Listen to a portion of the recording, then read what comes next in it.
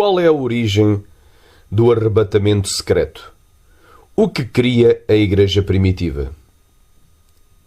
Hoje em dia, a esmagadora maioria dos pastores, dos pregadores, dos teólogos e dos diferentes ministérios e igrejas cristãs pregam e ensinam que a Igreja de Cristo será arrebatada antes da grande tribulação e que ela não irá sequer ver o Anticristo, ao que chamamos de visão pré-tribulacionista.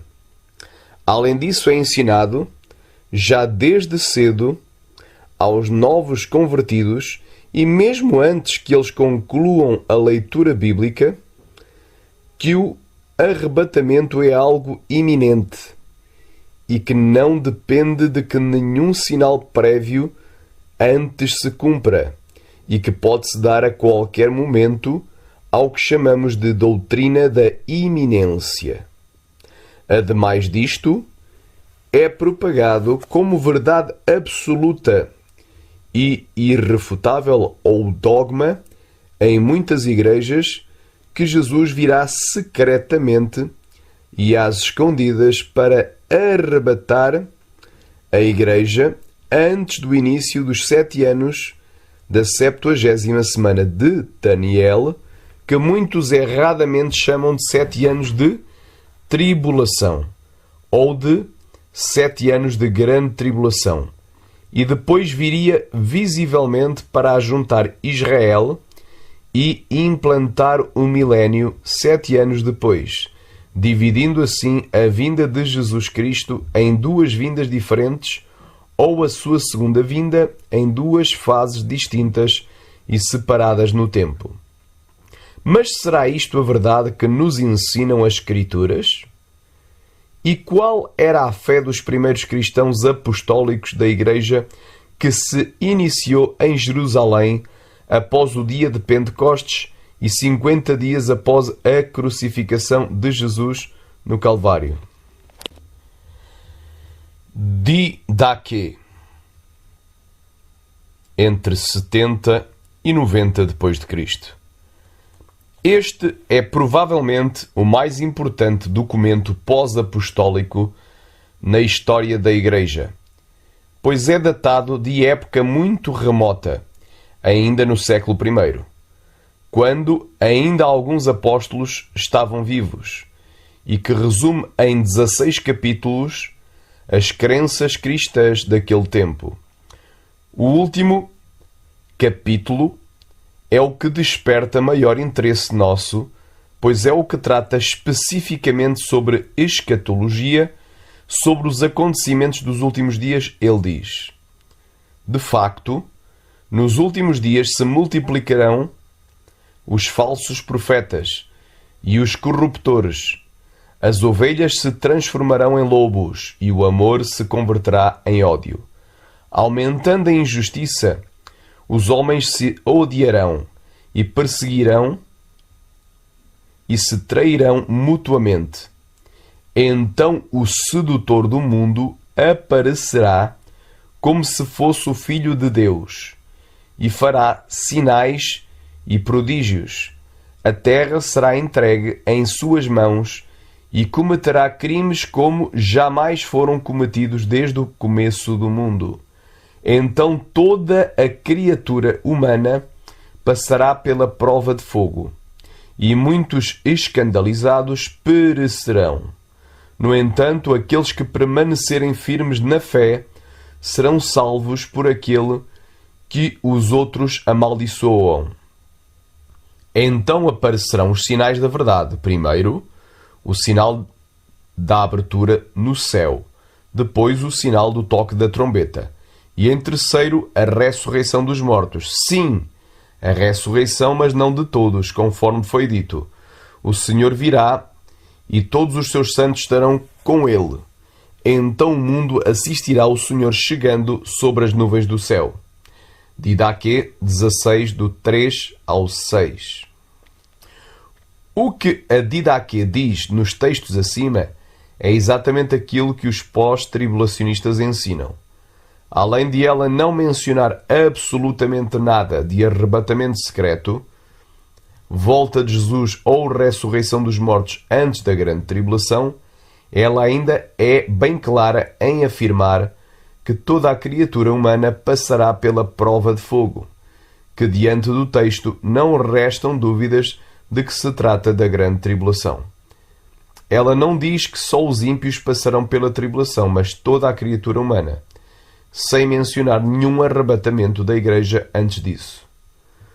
Como se isso não fosse suficientemente claro, ela ainda diz que aqueles que permanecerem firmes neste contexto da tribulação, entre aspas, prova de fogo, serão salvos ao fim dela, fazendo alusão ao que Jesus disse em Mateus 24:13. Aquele que perseverar até ao fim será salvo. Não é o ensino de que o crente será arrebatado antes de passar pela tribulação, mas sim de que será salvo depois de perseverar até ao fim da tribulação. Mas o mais importante foi mesmo reservado para a última declaração do livro, onde a Didáquia sintetiza os últimos acontecimentos. Primeiro, o sinal da abertura do céu, que se refere ao sinal da volta de Jesus, Mateus 24:30, sendo seguido pelo toque da trombeta e pela ressurreição dos mortos. Esta ressurreição, obviamente, se refere a uma ressurreição pós-tribulacionista, pois está situada após a volta visível de Jesus. Ela não fala nada sobre uma volta de Jesus ou sobre uma ressurreição que ocorra antes da tribulação, como os pré-tribulacionistas creem, o que seria da maior importância por ter sido escrito do que estar omisso no texto. Epístola de Barnabé, entre 70 e 100 depois de Cristo. Barnabé era, segundo Atos 14:14, também um apóstolo que foi companheiro do apóstolo Paulo e que o acompanhou na sua primeira viagem missionária, e sendo por isso um elo direto entre aquele que viu Jesus no caminho de Damasco e uma fiel testemunha de qual seria a visão acerca do arrebatamento que tinham os cristãos da igreja primitiva. A pedra de tropeço final está próxima. Portanto, temos que prestar atenção nos últimos dias, porque todo o tempo da nossa fé de nada nos aproveitará, a não ser que agora, neste tempo do iníquo, possamos resistir. E também a chegada de pedras de tropeço, de modo a que aquele negro, referindo-se ao Anticristo, não venha arranjar maneira de se intrometer. Epístola de Barnabé 4, do 3 ao 9. Vejam que aquilo que estava próximo nos últimos dias era o surgimento do iníquo e não o arrebatamento pré-tribulacional. Pastor de Hermas, entre 95 e 150 depois de Cristo. Benditos sois vós, quantos os que perseverarem a grande tribulação que está vindo, e quantos os que não negarem a sua vida, o seu Cristo. Pastor de Hermas, Visão 2:2-7. Aqueles, portanto, que continuarem a perseverar e sejam postos no fogo, serão purificados através dele. Porque assim como o fogo lança fora a sua impureza, também nós devemos lançar fora toda a tristeza, e seremos feitos purificados. Portanto, não cesseis de falar estas coisas aos ouvidos dos santos. Esta é então o tipo de grande tribulação que está para vir. Pastor de Hermas, Visão 4.3. Ireneu, entre 130 e 202 depois de Cristo, era discípulo de Policarpo, que foi discípulo direto do apóstolo João, e talvez o mais importante de todos os antigos pais da Igreja, e o elo mais próximo daquele que escreveu o livro de Apocalipse. E eles, falando dos 10 reis, farão assolada Babilônia e a queimarão com fogo, e darão o seu reino à besta, a qual porá a igreja para fugir. Depois disso, eles serão destruídos pela vinda de Nosso Senhor. Contra Heresias 5.26.1. Porém, conhecendo o número exato declarado pela Escritura, que é o de 666, devem esperar, em primeiro lugar, a divisão do reino em 10, logo, no momento seguinte, quando esses reis estejam governando e começando a colocar os seus assuntos em ordem e a desenvolver os seus reinos, deixem que eles saibam, para dar a conhecer aquele que virá reclamando o reino para si mesmo e atemorizará aquelas pessoas de quem temos falado, tendo um nome que consiste no número mencionado anteriormente. Isso é realmente a abominação da desolação. Então, é mais acertado e menos danoso esperar o cumprimento da profecia do que ficar fazendo adivinhações ou predições acerca dos possíveis nomes que este anticristo possa ter, já que se pode encontrar muitos nomes que possam conter o número mencionado e a mesma interrogação seguirá sem resolução. Mas ele, falando do apóstolo João, indica agora o número do nome, falando da marca da besta, para que quando este homem venha a nós, falando da igreja, o possamos evitar, estando avisados de quem ele é, o anticristo. Contra Heresias, capítulo 30, versículo 4. Porque tudo isto e outras palavras foram inquestionavelmente faladas em referência à ressurreição do justo, que terá lugar depois da vinda do anticristo e da destruição de todas as nações debaixo do seu governo, no que os justos irão reinar na terra. Contra Heresias 5.35.1. Tertuliano, entre 160 e 220 depois de Cristo.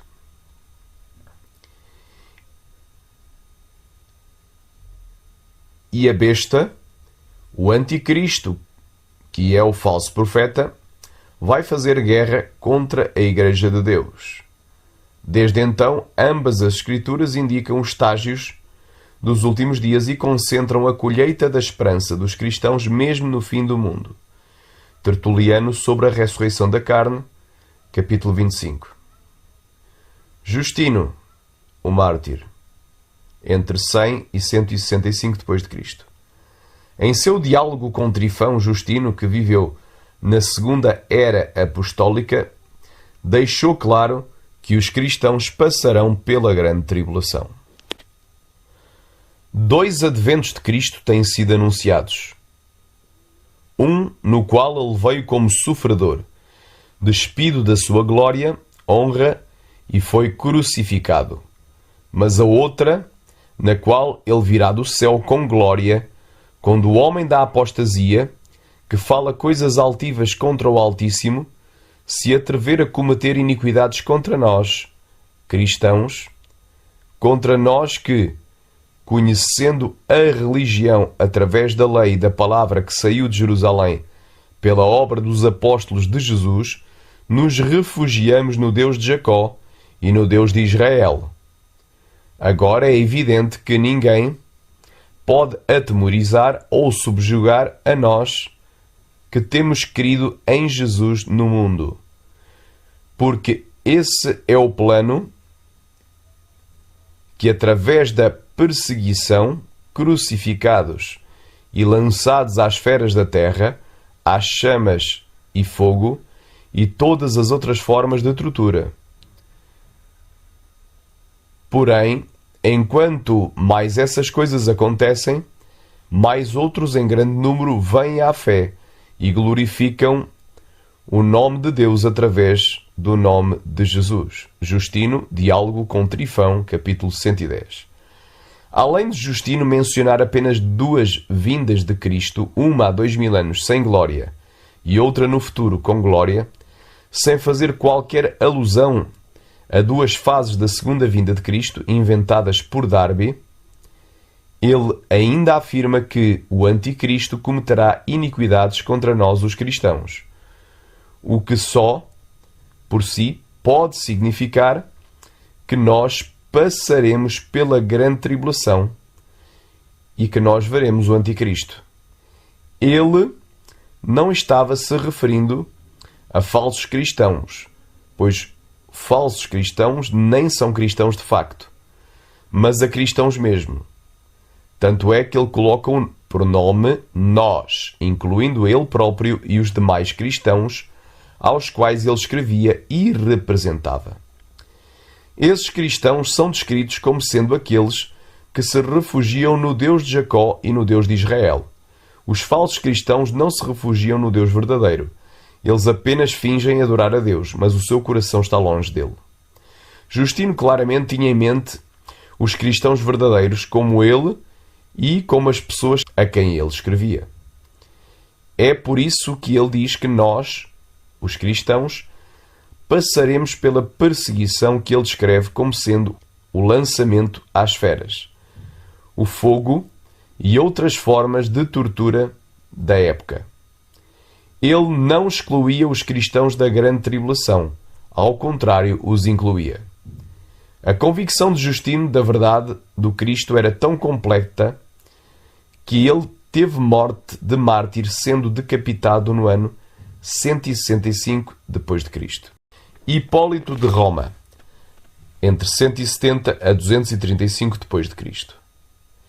Hipólito escreveu na passagem do segundo para o terceiro século depois de Cristo e era discípulo de Ireneu e é descrito como sendo o maior teólogo romano daquela época e produziu um tratado que trata exclusivamente de escatologia, chamado Tratado sobre Cristo e o Anticristo. Nele, Hipólito deixa claro por diversas vezes que os cristãos passarão pela grande tribulação e que só serão arrebatados depois dela. Ele diz: mas, como o tempo nos força a considerarmos de imediato a questão proposta, e quanto ao que já foi dito na introdução em relação à glória de Deus, que seja suficiente, é conveniente que tomemos as próprias Escrituras na mão e que por elas achemos o que significa e de que maneira se dará a vinda do Anticristo, em que ocasião e em que tempo este ímpio se revelará, de onde e de qual tribo ele sairá, qual o seu nome, o que indica o seu número nas Escrituras, como ele obrará o erro entre os povos, reunindo-os dos confins da terra, como desencadeará a tribulação e a perseguição contra os santos, como se vai autoglorificar como Deus, qual será o seu fim, como o repentino aparecimento do Senhor se mostrará no céu, como será a consumação do mundo e o que deve ser o reino glorioso e celeste dos santos quando reinarem juntos com Cristo, e qual a punição do malvado pelo fogo. Tratado sobre Cristo e o Anticristo, capítulo 5.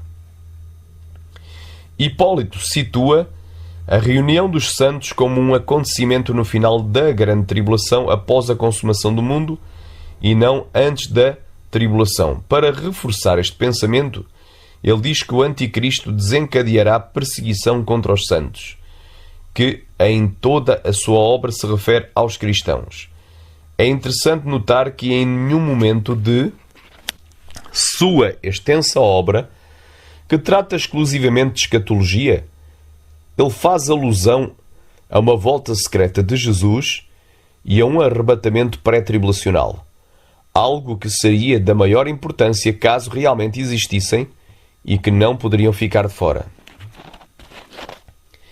Ele também diz: sendo cheio de engano e elevando-se contra os servos de Deus no desejo de afligi-los e persegui-los pelo mundo por não darem glória a Ele, o Anticristo ordenará que todos ofereçam incenso em todos os lugares, de maneira que a ninguém dentre os santos será possível comprar ou vender sem que primeiro sacrifiquem. Este é o significado da marca recebida na mão direita. Tratado sobre Cristo e o Anticristo, capítulo 49. Com isso, ele deixa claro que os servos de Deus, os santos, passarão pela grande tribulação. Ele não faz qualquer menção especial aos israelitas, como o fazem os pré-tribulacionistas. Ao contrário, ele identifica os santos e servos de Deus que João cita no Apocalipse como sendo a Igreja. Sobre a tribulação da perseguição que deve cair sobre a Igreja, por parte do adversário, João também assim fala, e viu-se um grande sinal no céu, uma mulher vestida do sol, tendo a lua debaixo dos seus pés e uma coroa de 12 estrelas sobre a cabeça. E estava grávida e com dores de parto, e gritava com ânsias de dar à luz. Tratado sobre Cristo e o Anticristo, capítulo 60. Ele diz que a Igreja será perseguida na grande tribulação e que terá que escapar de cidade em cidade e buscar esconderijo nos desertos e nos montes por causa do Anticristo. O tirano, Anticristo, deve reinar e perseguir a Igreja que escapa de cidade em cidade em busca de esconderijo nos desertos e entre os montes. Nenhuma outra defesa senão as duas asas de uma grande águia, que significa a fé em Cristo Jesus, que estendendo as suas mãos sobre esta árvore sagrada, abrindo as duas asas, a esquerda e a direita, chama todos os que nele acreditarem, cobrindo-os como uma galinha e seus pintinhos. Tratado sobre Cristo e o Anticristo, capítulo 61. Cipriano de Cartago, século III. O dia de aflição começou a pairar sobre as nossas cabeças, e o fim do mundo e o tempo do Anticristo já se aproxima, para que nós, falando da Igreja, estejamos todos preparados para a batalha. Uma severa e feroz luta está agora nos ameaçando. Epístola 55.1. Victórios, martirizado no ano 303 d.C., que foi martirizado sobre a perseguição do imperador Dioclécio e que escreveu o primeiro comentário do Apocalipse, interpretado versículo por versículo. Escreveu: O Senhor, admoestando as igrejas em relação aos dias finais, disse: Mas quando virdes o vilipêndio de que falou o profeta Daniel está no lugar santo, aquele que lê entenda, pois isso será um afastamento contra o homem firme, seduzido pelos falsos sinais e prodígios, que será afastado da sua salvação. Comentário sobre Apocalipse, capítulo 13, versículo 13. Éfren o Sírio, de 306 a 373 d.C. Depois de todas as provas apresentadas que apontam unanimemente ao pós-tribulacionismo como sendo a crença unânime dos pais apostólicos, os pré-tribulacionistas tiveram que pesquisar por décadas os escritos de todos os pais da Igreja para ver se encontravam uma brecha de uma declaração que favorecesse a sua tese. De facto, o pré-tribulacionista Gunt Jeffrey disse que ficou mais de uma década estudando os escritos patrísticos e outros documentos históricos da Antiguidade para ver se achava qualquer declaração que favorecesse essa teoria moderna, para rebater a afirmação de que nunca, em momento nenhum da história, alguém supôs um arrebatamento pré-tribulacional antes de John Darby, em pleno século XIX. E depois de mais de uma década procurando, ele achou um único trecho de um único autor, e ainda por cima de forma isolada e descontextualizada, portanto o texto fora do contexto. Trata-se de um texto recentemente descoberto e atribuído por alguns a Éfren da Síria, que diz que os santos e escolhidos serão reunidos antes da tribulação que há de vir e serão levados ao Senhor para não verem a confusão que dominará o mundo por causa dos pecados. Foi o suficiente para que alguns pré-tribulacionistas fizessem a festa por terem achado um único trecho de um único autor, contradizendo toda a história de séculos de cristianismo apostólico unanimemente pós-tribulacionista. Mas há dois problemas com este texto. Primeiro, ele provavelmente não foi escrito pelo próprio Éfrem da Síria, mas por um pseudo-Éfrem, ou seja, um falsário, se querendo passar pelo verdadeiro Éfrem. O verdadeiro é do século IV. O falsário é do século XII. Em segundo lugar, quando contextualizamos a passagem, vemos que nem mesmo aquele trecho escrito pelo falsário serve para provar que alguém alguma vez já creu no pré-tribulacionismo antes de Darby, pois o autor não entendia pelo termo tribulação aquilo que entendemos hoje, isto é, a grande tribulação apocalíptica. Mas estava fazendo uma referência ao que Paulo diz em 2 Tessalonicenses 1, do 3 e o 10, quando o apóstolo fala da tribulação como sendo uma paga, juízo, que sobrevirá aos ímpios após a grande tribulação. Em outras palavras, Éfrem da Síria, ou o falsário que se passou por ele em outra ocasião, era tão pós-tribulacionista quanto qualquer outro autor da sua época. Quando ele diz que os santos serão recolhidos antes da tribulação, ele apenas está dizendo que os santos serão recolhidos antes do juízo, condenação, que Deus dará aos ímpios. E isso se dará após o término da tribulação apocalíptica. A confusão que dominará o mundo como consequência do pecado é a destruição desta terra para dar lugar aos novos céus e nova terra prometidos por Deus, também ao término da grande tribulação e não antes dela. Tudo isso fica mais claro quando mostramos tal declaração diante do seu devido contexto que diz: nós devemos compreender perfeitamente por isso, meus irmãos, o que é iminente ou pendente.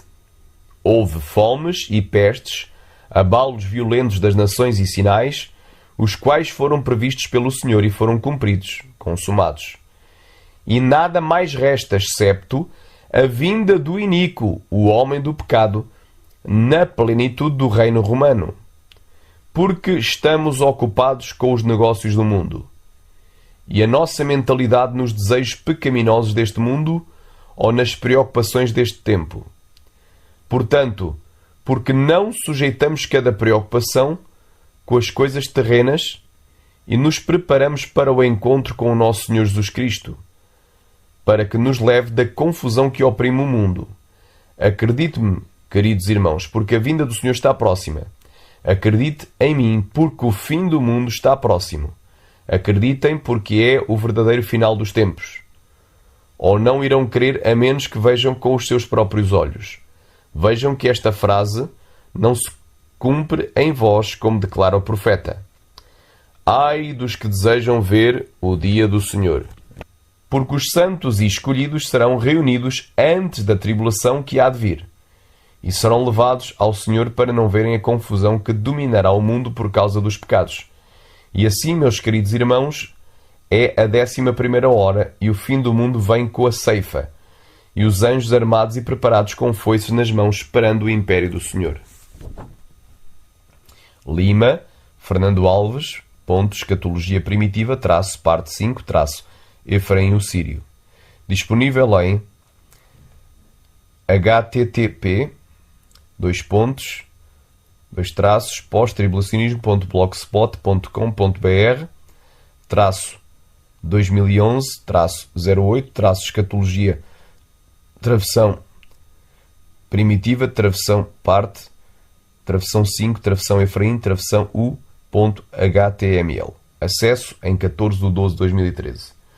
O contexto todo favorece a visão pós-tribulacionista, pois, para Éfrem, quando escreveu o texto, a vinda do Senhor e o fim do mundo estavam próximos.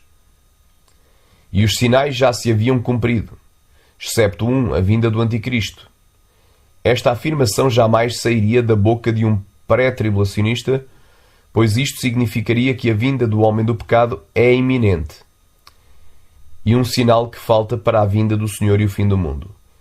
Essa tribulação que o pseudo-Éfrem se refere não é a tribulação do Apocalipse, mas a ira de Deus que será derramada no dia do Senhor antes do milénio. Ele também faz alusão ao fim do mundo que vem com a ceifa, que é uma referência a Mateus 13, do 36 ao 43, e a Apocalipse 14, do 14 ao 20. Ambos os textos pós-tribulacionistas, que retratam acontecimentos que ocorrerão após a grande tribulação e não antes dela. Portanto, Éfrem não cria que os santos serão arrebatados antes ou no meio da tribulação, mas depois dela. Assim como todos os outros pais da igreja. Ele estava fazendo uma referência à tribulação que Paulo se refere, portanto, à tribulação entre aspas, que Paulo se refere em 2 Tessalonicenses 1, 13 e 10, que não é a tribulação apocalíptica, mas sim a ira do dia do Senhor, também chamado de grande e terrível dia da sua ira, em Apocalipse 6, 17. Vemos claramente que quem quer que tenha escrito esta carta de Éfrem era um cristão que cria num arrebatamento pós-tribulacional e pré-ira de Deus, ou seja, antes da ira de Deus. Se de facto é justo diante de Deus que dê em paga tribulação aos que vos atribulam. Portanto, analisem bem este texto de 2 Tessalonicenses 1, 3 e 10. Se é, de facto, justo diante de Deus que dê em paga tribulação aos que vos atribulam. Portanto, Deus vai dar uma tribulação como punição, como vingança, como condenação àqueles que farão passar os cristãos pela grande tribulação. Portanto, primeiro vem a tribulação dos que nos atribulam, dos que irão atribular a igreja, depois virá a tribulação, ou seja, o juízo, a ira de Deus que será derramada sobre aqueles que atribularam a igreja. E a vós que sois atribulados, ou seja, e à igreja e aos cristãos que suportarão a grande tribulação, descanso connosco, porque era o apóstolo Paulo que estava escrevendo, e os mortos vão ressuscitar primeiro, e depois nós, os que estivermos vivos, seremos transformados e juntamente arrebatados com eles nas nuvens a encontrar o Senhor nos ares, e assim estaremos sempre com o Senhor. Portanto, o apóstolo Paulo, que iria morrer depois, aleluia, ele fala aqui, os que vão passar pela tribulação vão ter descanso connosco, juntamente com o apóstolo Paulo, porque os mortos ressuscitarão primeiro e depois os que estiverem vivos serão transformados e juntamente seremos arrebatados. Portanto, este descanso é o arrebatamento, descanso quando se manifestar o Senhor Jesus desde os céus com os anjos do seu poder.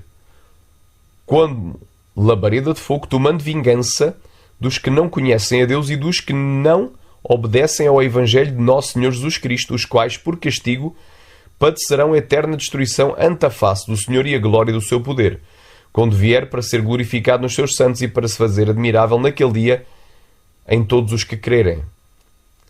Porquanto o nosso testemunho foi querido entre vós, segundo Tessalonicenses 1, o 13 e o 10. Portanto, repare que primeiro vem a tribulação dos que vão atribular a igreja, dos ímpios, do anticristo e do falso profeta. Primeiro vem a grande tribulação contra os escolhidos. E depois vai vir o quê? A punição, a paga de Deus, que aqui também é mencionado que vai ser como uma tribulação, mas que na realidade vai ser a ira do Senhor, porque Deus nos livra da ira vindoura. Mas em parte alguma das Escrituras nos diz que Deus nos livrará da grande tribulação. A palavra tribulação, telipsis, e o verbo atribular, telibo, sempre que aplicados à igreja, é sempre uma aflição, angústia, aperto e tribulação que os cristãos devem passar pela vontade permissiva de Deus. É, portanto, uma prova da sua fé e a cruz que devemos levar. Mas as poucas vezes que a palavra tribulação é aplicada aos ímpios e aos crentes rebeldes, como no caso da falsa profetisa Jezabel, de Apocalipse, aí é, sim, uma punição da parte de Deus pela sua desobediência. Deus nos promete isentar da ira vindoura, ira essa que se iniciará no começo do dia do Senhor, após a tribulação daqueles dias. Mas Deus não diz em parte alguma das Escrituras que a Igreja escapará de passar pela escatológica grande tribulação daqueles dias. Mas Jesus foi bem claro quando disse: no mundo tereis tribulações. João, capítulo 16, versículo 33. Já a tribulação que o ímpio e o cristão néscio e rebelde irão passar é a ira do Senhor, que serão derramadas na terra após o arrebatamento da Igreja no escatológico dia do Senhor. Concluímos, pois, que todos os antigos cristãos criam certamente que passariam pela grande tribulação escatológica e que enfrentariam uma feroz perseguição da parte do anticristo, e que, embora pudesse haver divergência quanto a detalhes, como por exemplo a duração da grande tribulação, todos criam sem exceção que seriam arrebatados somente após a tribulação daqueles dias e não antes desta. E se a igreja primitiva em uníssono cria que passaria pela grande tribulação e que não seria arrebatada antes da perseguição do anticristo, de onde surgiu a ideia de um arrebatamento secreto e pré-tribulacional, e como isso se espalhou pelas igrejas? Essa ideia surgiu somente no século XIX, no ano de 1827, com John N. Darby, teólogo e que foi um dos primeiros líderes do movimento separatista recém-fundado em 1825, denominado os Irmãos de Plymouth, de Dublin, na Irlanda. Os biógrafos de Darby o chamam de o pai do dispensacionalismo moderno. Darby, sem dúvida, foi o principal porta-voz desta alternativa escatológica que divide a volta de Cristo em duas etapas. A esmagadora maioria do seu tempo, porém, não aceitaram esta teologia. Entre os contemporâneos de Darby que rejeitaram o pré-tribulacionismo estão George Mueller, William Booth, fundador do Exército da Salvação, Charles Spurgeon, ou Carlos Spurgeon, e um teólogo chamado Samuel Prideaux Tregel. Tregel foi um teólogo do século XIX integrante dos Irmãos, o mesmo grupo a que Darby pertencia.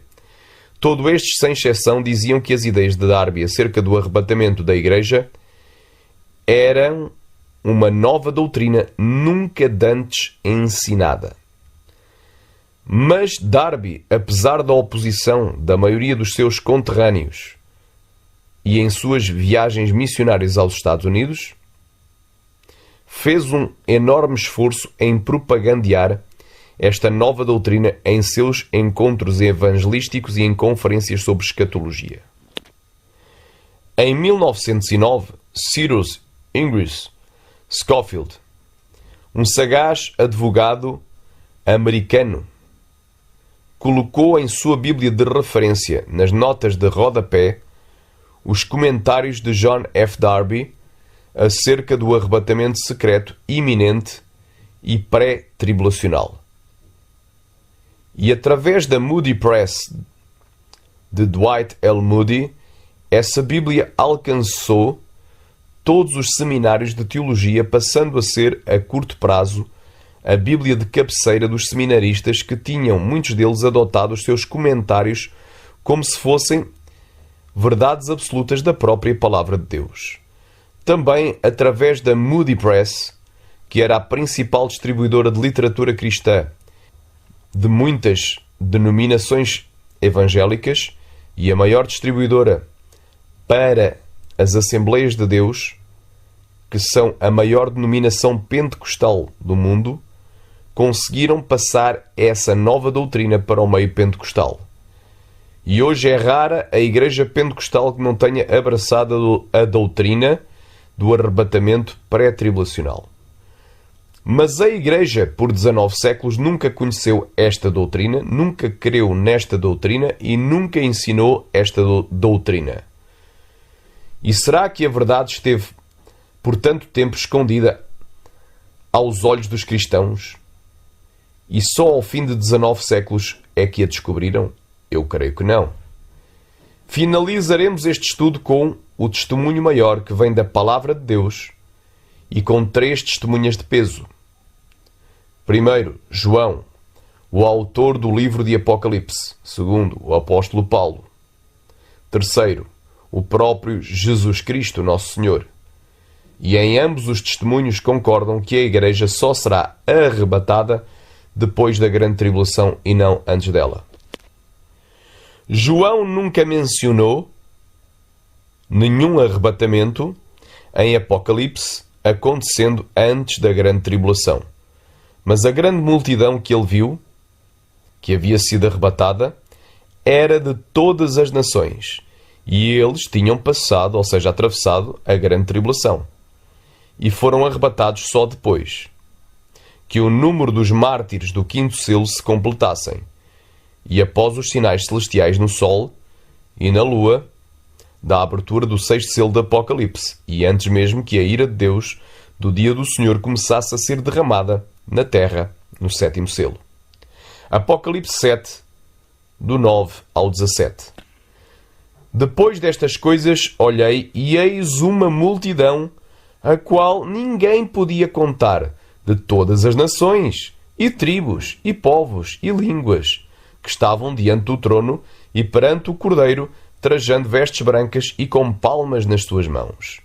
E clamavam com grande voz, dizendo: Salvação ao nosso Deus que está assentado no trono e ao Cordeiro. E todos os anjos estavam ao redor do trono, e dos anciãos e dos 4 animais, e prostraram-se diante do trono sobre os seus rostos, e adoraram a Deus, dizendo: Amém. Louvor e glória e sabedoria, e ação de graças, e honra, e o poder, e força ao nosso Deus para todo sempre. Amém. E um dos anciãos me falou, dizendo... Me falou a quem? Falou a João. Estes que estão vestidos de vestes brancas, quem são e de onde vieram? E eu disse-lhe: Eu quem? João disse para quem? Para o ancião: Senhor, tu o sabes. E o ancião lhe disse, e ele disse-me: Estes são os que vieram da grande tribulação, e lavaram as suas vestes, e as branquearam no sangue do Cordeiro. Por isso estão diante do trono de Deus, e o servem de dia e de noite, no seu templo. E aquele que está assentado sobre o trono os cobrirá com a sua sombra. Nunca mais terão fome, nunca mais terão sede, nem sol, nem calma alguma cairá sobre eles.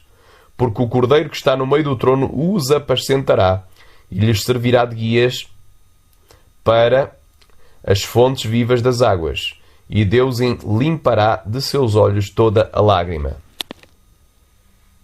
E de igual modo, Paulo, o apóstolo, relatou que é preciso que aconteçam 2 coisas antes da vinda de Jesus para o arrebatamento. Primeiro, a apostasia e, em segundo lugar, a manifestação da besta. O anticristo se declarando Deus no lugar santo do templo de Jerusalém, a meio da 70ª semana de Daniel. Segundo a Tessalonicenses capítulo 2, do 1 ao 4. Ora, irmãos, rogamo-vos pela vinda de nosso Senhor Jesus Cristo e pela nossa reunião com Ele, o arrebatamento, que não vos movais facilmente do vosso entendimento, nem vos perturbeis quer por espírito, quer por palavra, quer por epístola, como de nós, como se o dia de Cristo, que é o dia do arrebatamento, estivesse já perto, ou seja, eminente. Ninguém de maneira alguma vos engane, porque não será assim. Não será assim o quê? O arrebatamento não se dará sem que antes venha a apostasia e se manifeste o homem do pecado, o filho da perdição. Portanto, é uma coisa mais outra. É a apostasia mais a manifestação do homem do pecado, o filho da perdição, o qual se opõe e se levanta contra tudo o que se chama Deus ou se adora. Portanto, ele vai iniciar uma grande perseguição contra os escolhidos, uma grande tribulação contra os escolhidos, de sorte que se assentará como Deus no templo de Deus, querendo parecer Deus. Aqui é uma referência clara à abominação da desolação a meio da 70ª semana de Daniel, capítulo 9.